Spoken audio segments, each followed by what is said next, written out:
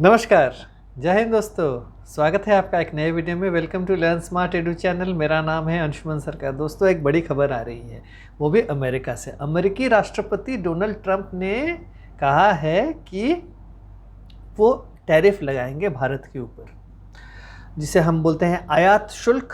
वो लगाने वाले हैं भारत के ऊपर, और सिर्फ भारत नहीं, दूसरे देशों के ऊपर भी लगाएंगे वो। लेकिन उन्होंने भारत का भी नाम लिया है। एक्चुअली ये उन्होंने कहा है, वो दे रहे थे एक स्पीच अपने यहाँ जो जॉइंट सेशन कांग्रेस को दे रहे थे। बीते कल मंगलवार के दिन उन्होंने ये स्पीच में उन्होंने कहा कि European union, China, Brazil, Mexico, ये लोग जो है, जो भी सामान खरीदते हैं अमेरिका से, उस पर टैरिफ लगाते हैं। तो अब जो है अमेरिका जो है उसी तरह से रेसिप्रोकल, मतलब जवाबी, जो उन्होंने कहा है कि जवाब में अमेरिका भी जो है जो आयात शुल्क लगाएगा। और जैसे कि मैंने कहा, पहले तो उन्होंने कहा था कि यूरोपियन यूनियन, चाइना, ब्राज़ील और मेक्सिको। फिर आगे चल के उन्होंने कहा कि European union, Brazil, Bharat, Mexico और कनाडा, इनके ऊपर लगाया जाएगा। और भारत का स्पेसिफिक उन्होंने नाम लिया है कि भारत जो है अमेरिका का ऑटो जो इंपोर्ट होता है भारत में, उसके ऊपर 100% से ज़्यादा टैरिफ लगाता है। यानी आयात शुल्क जो है भारत 100% के ऊपर लगाता है, ये उन्होंने कहा है। तो इसके जवाब में अप्रैल 2 तारीख को ट्रंप जो है, यूनाइटेड स्टेट्स ऑफ अमेरिका जो है, वो टैरिफ लगाने वाली है। ना कि भारत के ऊपर जो देश जैसे टैरिफ लगाता है, उसके जवाब में वो उतना ही टैरिफ लगाएंगे, उन्होंने कहा है। तो ये बात उन्होंने कही। तो अब भारत को लेकर हम बात करेंगे कि एग्जैक्टली भारत जो है, भारत का इम्पैक्ट क्या होगा, भारत क्या कर रहा है ऑटोमोबाइल सेक्टर में कि अमेरिका इतना खफा है, या डोनाल्ड ट्रंप इतना खफा है। और नरेंद्र मोदी जी जो हैं, उन्होंने क्या क्या स्टेप्स लिया है। जो वो गए थे ना अमेरिका के दौरे पे, तो पहले उन्होंने कुछ तय करके फिर वो गए थे अमेरिका से बात करने। तो क्या चीज़ें हैं वो मैं अभी आपको बताऊंगा। अब भारत के बारे में अगर समझने के लिए हमें थोड़ा पीछे जाना पड़ेगा। हम 2010 में जाते हैं। 2010 में जो है भारत जो था, वो दुनिया में सेकंड लार्जेस्ट, दूसरा सबसे बड़ा जो है टू व्हीलर का मार्केट हुआ करता था। देखिए, भारत में शुरुआत में क्या था, भारत में शुरुआत में वही गिने चुने कंपनी थी ना, जैसे कि बजाज, फिर लैम्ब्रेटा, राजदूत मोटरसाइकिल और फिर अगर छोटे टू व्हीलर की बात की जाए, लूना हुआ करता था, हीरो मैजेस्टिक, फिर हीरो पुक। तो हम लोग जब बचपन में पढ़ते थे, तो मैं तो कॉलेज जाता था एक लूना पे बैठ के, मेरे दोस्तों के पास हीरो पुक वगैरह हुआ करती थी, तो वो भी एक ज़माना था। फिर hero Honda motorcycle, CD100, Yamaha RX100, ये सारी मोटरसाइकिल्स चली।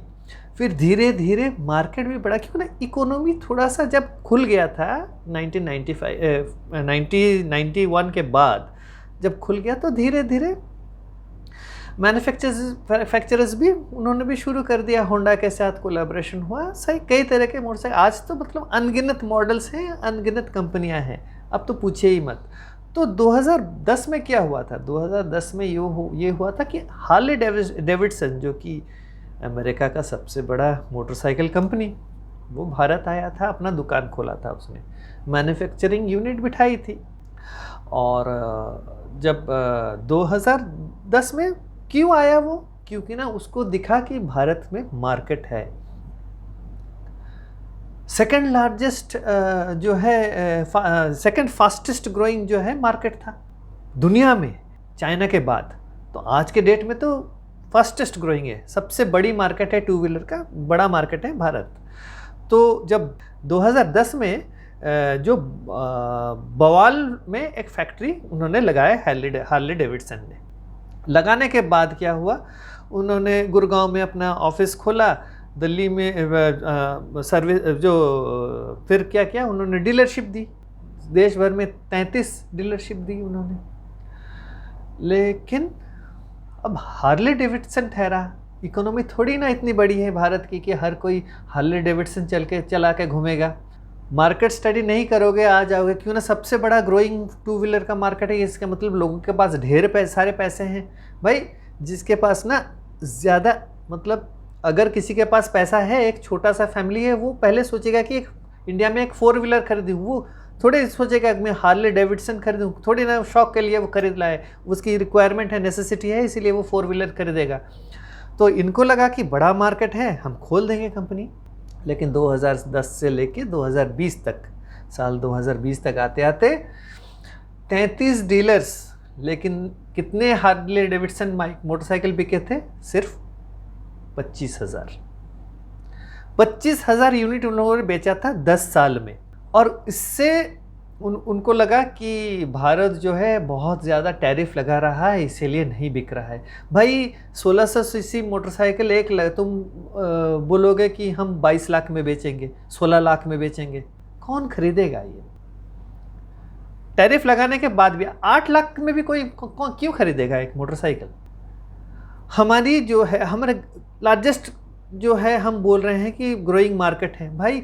गांव कस्बे में अगर एक फार्मर जो है वो एक टीवीएस का मोपेड खरीदता है, उसका डुअल पर्पस हो जाता है। कहीं आना जाना है तो उस पर जाएगा आएगा, अपना जो बोरी जो है, चावल का बोरी, धान का बोरी, गेहूं का बोरी, उस पर लाद के लेके जाएगा, या अनाज जो उगाता है वो हाट लेके जाएगा बेचने के लिए, उसी पे लाद के लेके जाएगा। आज के डेट में हर जगह, अगर कहीं नियर बाई जो विलेज होता है, टाउन पे आते हैं, उसी पे लाद के लाते हैं अपना जो है, जो वेजिटेबल्स हो या कुछ भी चीज़ हो, गांव से लेके आके वो बेचते हैं। तो कोई ज़रूरत नहीं है ना उनको हार्ले डेविडसन की, जितने भी पैसे हो उनको ज़रूरत नहीं पड़ेगी हार्ले डेविडसन की। वो एक पिकअप खरीद लेंगे, ना कि हार्ले डेविडसन खरीदेंगे। शौक तो उनको पालना नहीं है, तो जो शौकिया होंगे वही 25,000 ही बिकेगी, उससे ज़्यादा नहीं बिकेगी, जितने भी आप लोग कोशिश कर लो। तो वो क्या हुआ, 2020 में उन्होंने कहा कि नहीं, हमारे यहाँ तो बिक नहीं रही है। फिर उन्होंने बवाल वाला फैक्ट्री बंद करके, दुकान बंद करके वो चले गए। डोनाल्ड ट्रंप को आ गया गुस्सा कि भारत टैरिफ लगा रहा है, इसीलिए हमारे यहाँ का ऑटो जो है वो बिक नहीं रहा है। तो हम अभी तो देखिए, नरेंद्र मोदी जी आने के बाद क्या हुआ, इकोनॉमी अभी स्टेबल हो गया है। Now economy has grown, we are going to be the 3rd largest economy, तीसरा जो सबसे बड़ा इकोनॉमी दुनिया का बनने वाला है भारत इसी साल के आखिर में। तो अब जो है लोगों के पास पैसे हैं, लेकिन जो शौक रखते हैं इन सारी चीज़ों में वो ही खरीदेंगे, ये 2 व्हीलर वगैरह जो भी है, या 4 व्हीलर जो भी आप लोग, ये लोग अमेरिकन जो बोल रहे हैं और डोनाल्ड ट्रंप जो बोल रहे हैं। तो नरेंद्र मोदी जी जो है अभी इस साल अमेरिका जाने के से पहले उन्होंने पहले तय कर लिया था, और वही सारे चेंजेस जो है, बदलाव जो है टैरिफ को लेके, वो इस यूनियन जो निर्मला सीतारमण जी जो हमारे फाइनेंस मिनिस्टर, उन्होंने पेश किया था बजट फरवरी 1 तारीख को, तो उसमें कई सारे बदलाव वो लेके आए हैं इसी 2 व्हीलर के लिए। तो इसे कुछ लोग ऐसे भी मान रहे हैं कि हार्ले डिप्लोमेसी नरेंद्र मोदी जी ने किया है। तो पहले वो देख लेते वो क्या है। तो इस यूनियन बजट में जो है बहुत सारे बदलाव लाए गए हैं, जैसे कि 1600 सीसी वाले जो मोटरसाइकिल है, उनकी जिनकी इंजन 1600 सीसी से ऊपर, उनका जो है कस्टम ड्यूटी काट दिया गया है। अभी जो है कस्टम ड्यूटी पहले 50% हुआ करता था, अब 30% हो जाएगा। तो आप 1600 सीसी वाले बाइक जो है इंपोर्ट करो, कस्टम्स ड्यूटी 30% पड़ेगा, कम ही हो गया ना। तो अभी लोग खरीद सकते हैं। अगर डोनाल्ड ट्रंप को लग रहा है कि 100%, तो लग नहीं रहा, अभी तो 30% हो गया है इसका 1600 सीसी के ऊपर। और जितने भी हाई एंड बाइक जैसे कि Harley Davidson, Ducati, Honda, Suzuki, ये सारे बायर्स इंडिया के लिए अभी बहुत ही अच्छे से एक्सेसिबल हो गया है। अभी 30% कस्टम्स ड्यूटी देंगे, इंपोर्ट करके अब चलाएंगे, मार्केट खुल गया। अब 1600 सीसी के बाद जो है उन्होंने और भी फेर बदलाव की है, जैसे कि सेमी नॉकडाउन यूनिट्स। इसका मतलब क्या है? सेमी नॉकडाउन यूनिट्स मतलब कुछ चीज़ें असेंबल होके आएंगी भारत में, और फिर सारी चीज़ें एक साथ असेंबल होके बेची जाएगी। तो बाहर से कुछ चीज़ें असेंबल होके आएंगी और भारत में फिर असेंबल होके बिकेगी। तो इस पे जो है 20% टैक्स लगेगा। पहले 25% हुआ करता था, अब 20% लगेगा। और जो कंप्लीट जो नॉकडाउन जिसे बोलते हैं यूनिट जो है, इसका मतलब सारे पार्ट्स जो है बाहर से आएंगे, यहाँ पे पूरे असेंबल होगी और बेची जाएगी, उस पर 10% टैक्स लगेगा। तो मार्केट अभी नॉर्मल हो गया, अब कंपटीशन बराबर है, अब कोई कंप्लेन नहीं कर सकता है। तो ये है। अब डोनाल्ड ट्रंप क्या मीन कर रहे हैं कि ऑटो में 100% ऊपर टैक्स लगता है, किस ओर इंगित कर रहे हैं? देखिए, 4 व्हीलर में टेस्ला, मैं टेस्ला की बात करूंगा, अगर टेस्ला एक आता है तो 100% से ऊपर टैक्स लगता है, करीबन 110%। देखिए, एलन मस्क का टेस्ला है भाई, एलन मस्क इतना बड़ा आदमी है, एक प्लांट नहीं बिठा सकता है भारत में। अब सोचिए एक बात, उसके लिए आप लड़ रहे हो, वो अगर प्लांट बिठाता है भारत में तो सब कुछ सही है, एवरीथिंग विल मैन्युफैक्चर, बैटरी से लेके सारे कलपुर्जे यही मैन्युफैक्चर होगा, ही कैन सेल इट, जैसे दूसरे गाड़ी बेच रहे हैं वैसे बेच रहे हैं भाई। महिंद्रा, टाटा, ये भी तो मतलब कितने बिक रही है गाड़ियाँ, बैटरी की गाड़ियाँ। तो अब आओ ना, आके यहाँ पे मैन्युफैक्चर करो, कंपटीशन बराबर है। आपको क्यों चाहिए उसमें रिलीफ? क्यों ना आप नहीं चाहते हो भारत में मैन्युफैक्चर करने के लिए? भाई भारत में ऑलरेडी उपलब्ध है, भारत क्यों चाहेगा? अगर आप आना चाहते हो अच्छी बात है, नहीं आना चाहते हो नहीं खरीदेगा। और अगर हम टेस्ला की बात भी करते हैं तो टेस्ला का एक वो है आपका बेस मॉडल, अगर हम बात करते हैं तो टेस्ला का बेस मॉडल 3 शायद है नाम उसका। अगर मैं गलत हूँ तो प्लीज़ दोबारा मुझे माफ़ कर दीजिएगा इस बारे में। मॉडल 3 शायद 40-42 हज़ार डॉलर का है। तो वो अगर इंपोर्ट किया जाता है भारत में तो उस पर पहले 100% शायद टैक्स लगता था। अब जो है बजट में उसको घटा दिया गया है, घटा के 70% कर दिया गया है। देखिए, 40,000 42,000 डॉलर, 30-32 लाख की गाड़ी, ये टैक्स लगा के 30-32 लाख की गाड़ी अगर एक खरीदने वाला है, उसके पास बहुत ज़्यादा पैसे हैं, इसीलिए तो वो शौक रखता है टेस्ला चलाने की। क्या वो नहीं दे सकता है 70% टैक्स? और भारत सरकार ने एक और चीज़ की है कि 70% टैक्स के साथ साथ एक 40% का एग्रीकल्चरल सेस लगेगा। क्यों ना, अगर दूसरे टैक्स लगा देते हैं वो स्टेट के पास चला जाएगा, जो कि भारत सरकार नहीं चाहती है। इसीलिए उन्होंने क्या किया है कि एग्रीकल्चर सेस अगर लगता है तो वो सीधे सेंट्रल गवर्नमेंट के कॉफिस में जाएगी। तो मैंने जैसे कहा भी है कि टेस्ला अगर चाहेगी, इतनी बड़ी कंपनी जो कि स्पेस तक चला गया है, स्पेस एक्स उसका, वो एक मामूली सा एक कंपनी, गाड़ी मैन्युफैक्चरिंग की कंपनी बिठा नहीं सकता है भारत में?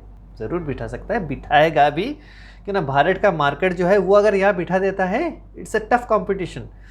वो ड्राइवरलेस वगैरह चलने वाले तो है नहीं भारत की जो ट्रैफिक है, फिर भी ही कैन ट्राई। अगर नहीं हुआ तो यहाँ से एक्सपोर्ट करेगा, इसमें क्या कौन सी बड़ी बात होगी? अगर हम अमेरिकन ब्रांड्स की भी बात कर ले तो अमेरिकन ब्रांड्स में आप लोगों को याद है जनरल मोटर्स का जो Chevrolet brand, Chevrolet India Bharat में हुआ करता था।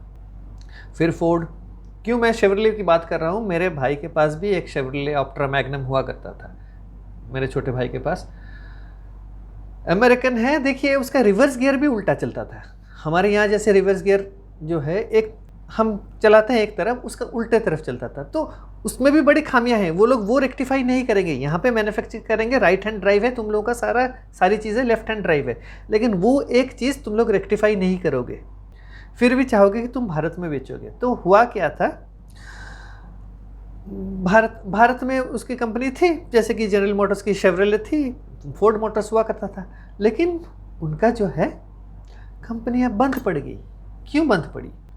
क्योंकि उनके यहाँ सेल्स उतना नहीं हुआ। क्यों ना, भारत में मारुति, सुजुकी, ह्यूंडई, फिर टाटा, टोयोटा, ये brands, Japanese, Chinese, Korean, Indian, ये ब्रांड्स हैं, महिंद्रा, ये सारे ब्रांड्स हैं भाई। और तुम लोगों का तो दाम तो कोई कम नहीं है, ये तो अफोर्डेबल प्राइसेस में बेचते हैं, फ्यूल इकोनॉमी है, इतनी सारी फैसिलिटीज़ है, उसके ऊपर यू कैन नॉट कम्पीट। तो सस्ती गाड़ियाँ वो हैं, लोग उसको प्रेफर करेंगे। और भारत में फ्यूल इकोनॉमी की भी बहुत ज़रूरत है, क्यों ना, महंगी है भाई पेट्रोल डीजल। तो उन्होंने क्या किया, अपना प्लांट जो है बंद कर दिया। तो इनका एक प्लांट हुआ करता था आपका हलोल में, गुजरात में, किसका, मतलब जनरल मोटर्स का, उन्होंने बेच दिया उसको, चाइनीज SAIC जो कंपनी है उसको बेच दी। दूसरा एक जनरल मोटर्स का प्लांट हुआ करता था तालेगांव महाराष्ट्र में, तो उसको उन्होंने वहाँ से वो एक्सपोर्ट करते थे साउथ अमेरिका, मेक्सिको बेसिकली, उसको भी उन्होंने बेच दिया, Hyundai ने खरीद लिया। भाई तुम लोग खुद चला नहीं पा रहे हो, अपनी कंपनियां compete नहीं कर पा रहे हो अपने मार्केट को, भारत को क्यों दोष दे रहे हो? यहाँ आके नहीं, हम अपने देश में मैन्युफैक्चरिंग करेंगे और भारत में भेजेंगे, तुम कम करो। इसी तरह से जो है फोर्ड का जो है उसने 2021 में उसने भी प्लांट बंद कर दी। तो फोर्ड का जो है एक मैन्युफैक्चरिंग था चेन्नई में, एक था सानंद गुजरात में। तो उसने भी सानंद वाला फैक्ट्री जो है उसने टाटा मोटर्स को बेच दिया 2023 में, और चेन्नई वाले में वो लोग मैन्युफैक्चर करते हैं जो कि वो एक्सपोर्ट करते हैं। तो ये है, अब ये परिस्थिति है। और इंडियन जो ऑटोमोबाइल इंडस्ट्री है दुनिया में, ये 4th लार्जेस्ट है। मतलब मैं 2022 का आंकड़ा दे रहा हूँ, बोथ आउटपुट वाइज और वैल्यूएशन वाइज, और 2023 में वो आके खड़ा हुआ है 3रे पड़ाव पे। और भारत में जो मैन्युफैक्चर होती है कंपनी, कहा जाता है कि यहाँ आज के डेट में जो है 2025 के फिस्कल में भारत का जो है प्रोडक्शन जो है ऑटोमोबाइल सेक्टर में 14% बढ़ा है।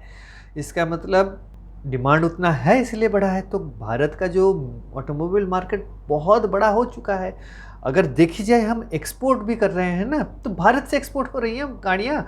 मैं ब्रांड बता रहा हूँ आपको, मारुति सुजुकी, Hyundai, किया, Volkswagen, Nissan, Honda, Mahindra, Tata, MG Motors, फिर रेनॉल्ट। भाई if these brands can thrive successfully in India, तो अमेरिकन ब्रांड्स आके इंडिया में मैन्युफैक्चर करके वो भी यहाँ बेच सकते हैं और एक्सपोर्ट भी कर सकते हैं। तो इसमें जो है ना, डोनाल्ड ट्रंप का जो है इतना खफा होना भारत के लिए कोई बनता नहीं है उनका, अनलेस वो, मैंने कहा ना टेस्ला वाली बात, कि अनलेस उनके जो खास जो एलन मस्क है उसको फ़ायदा दिलाने के लिए वो कुछ कोशिश कर रहे हैं। तो ये सिनेरियो है। देखिए डोनाल्ड ट्रंप ने शायद कनाडा, मेक्सिको और चाइना के ऊपर 25% टैरिफ लगाया था ना, और कैनेडियन एनर्जी के ऊपर 10%। तो अब जवाब में क्या हुआ है? अब जवाब में कनाडा का जो प्रोविंस है, जैसे कि ओंटारियो प्रोविंस, वहाँ का जो प्रीमियर है उनका, जैसे हम चीफ मिनिस्टर बोलते हैं वैसे प्रीमियर बोलते हैं उनको, डॉग फोर्ड उनका एक प्रीमियर है ओंटारियो प्रोविंस का। उसने कहा है कि I quote, they need to feel pain. इसका मतलब अमेरिका जो टैरिफ लगाया है 25%, उसके जवाब में हमें कुछ करना है। तो अब क्या है, अब उसने रिटेलिएटरी जो है स्टेप्स लेना शुरू कर दिया है। उसने कह दिया है कि भाई जो मैं तुम्हें एनर्जी जो बेच रहा था मैं उसको बिल्कुल बंद कर दूंगा, या आई विल कट। फिर अमेरिका से जो अल्कोहल आता था कनाडा के भीतर उसको भी बंद कर देगा वो। ऊपर से वो स्टारलिंक के साथ उसके प्रोविंस का एक $100 मिलियन का एक था वो एग्रीमेंट डील था, उसको भी वो ख़त्म कर देगा। तो 25% टैरिफ लगाया है कनाडा के ऊपर, 10% टैरिफ लगाया है कैनेडियन एनर्जी के ऊपर। तो वो लोग क्यों नहीं गुस्सा होंगे? देखिए एक सीमा होती है, एक अच्छे से ट्रेड चल रहा था, मैंने पड़ोसी भी है वो लोग, तो ट्रेड एंड कॉमर्स वो समझबूझ के साथ हो जाता है, लेकिन उन्होंने किया नहीं उस बात को।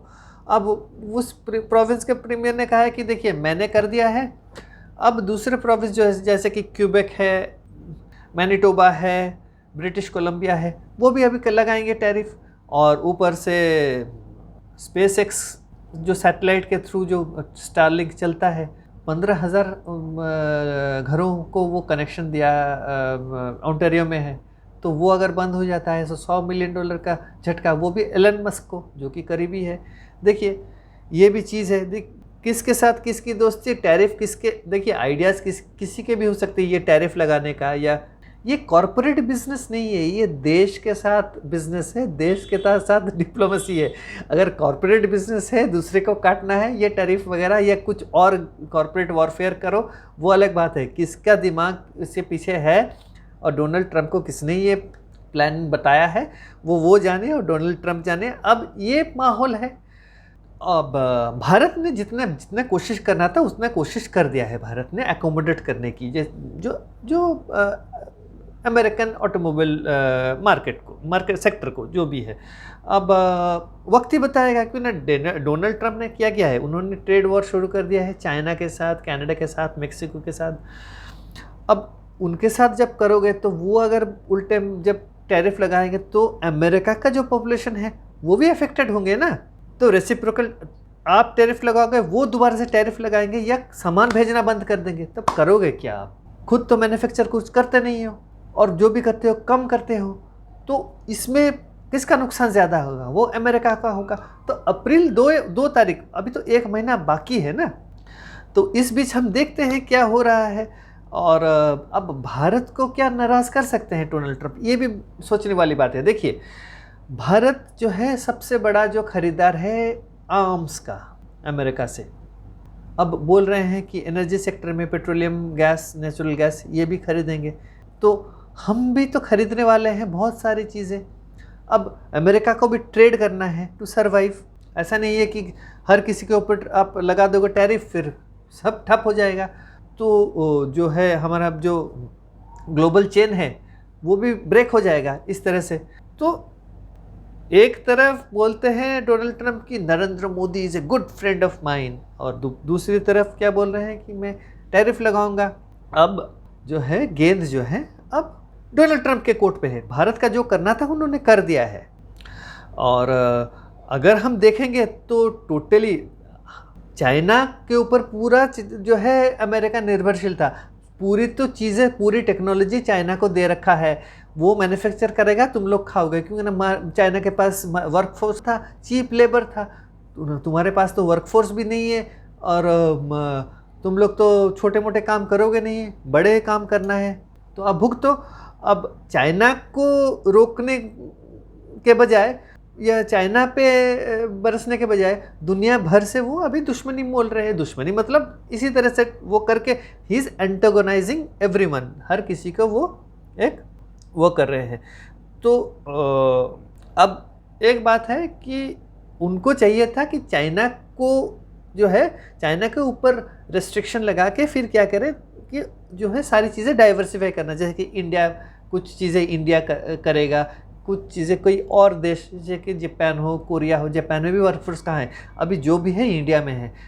काफ़ी सारी चीज़ें भारत ही कर सकता है। अभी वर्कफोर्स जो है, यंग वर्कफोर्स, एजुकेटेड जो वर्कफोर्स है वो भारत में है। तो यही माहौल है। अब देखिए, मैंने तो बता दिया है कि ट्रंप के दिमाग जो है इसी तरह से एक तरफा चल रहा है। अब सिचुएशन है अप्रैल 2 तारीख, अभी 1 महीना है। देखते हैं इस बीच क्या रंग लाती है ये जो कनाडा और मेक्सिको और चाइना के साथ जो चल रहा है। क्योंकि चाइना ने बोल दिया है कि मैं दोबारा से ट्रेड वॉर शुरू कर दूंगा, तो सप्लाई चेन जो है दुनिया भर में अभी बिल्कुल बिगड़ जाएगा। तो आगे आगे और भी मुसीबत आ सकती है, अमेरिका के लिए भी और चाइना के लिए भी। तो देखते हैं आगे आगे क्या होता है। तो इसी के साथ मैं इस वीडियो को यहीं समाप्त करता हूँ।